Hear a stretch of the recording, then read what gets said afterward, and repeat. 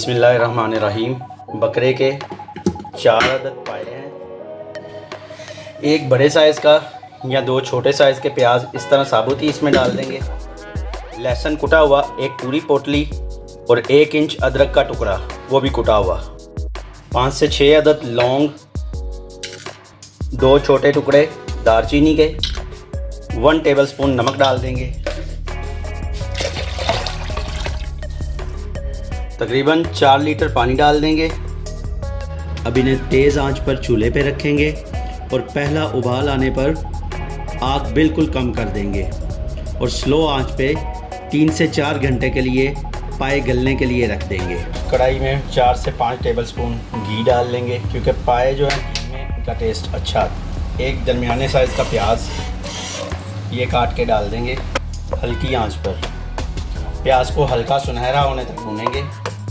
प्याज जैसे ही हल्का सुनहरा होगा थोड़ा सा पानी शामिल करेंगे इसमें। आंच इसकी बिल्कुल स्लो कर देंगे। पाए 3 से 4 घंटे के लिए रखे थे वो गल चुके हैं और यखनी में से पाए निकाल लिए हैं मैंने। और इस छलनी से ये जो इसमें प्याज डाले थे और अदरक लहसुन वगैरह उसे छान लिया है, तो इसे भी हम जो प्याज गोल्डन किया उसमें डाल देंगे। अब ये जो प्याज वगैरह ये इसी में डालकर अब इस प्याज को, इस मसाले को ब्लेंडर में डालकर इसका पेस्ट बना लेंगे। अब इसमें 1 टेबलस्पून सुरख मिर्च पाउडर डालेंगे, 1/2 टेबलस्पून हल्दी पाउडर।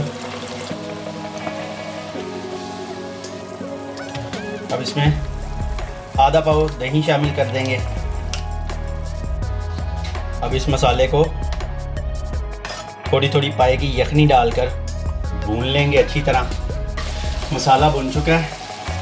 अब इसमें ये पाए डाल देंगे। पाए जो हैं बहुत अच्छी तरह गले हुए हैं। 4 अदद सब्ज़ मिर्चें इस तरह एक साइड पे कट लगा के, यहाँ पे इसमें 1/4 टीस्पून अजवाइन डालेंगे। अब इसमें ये यखनी शामिल कर देंगे।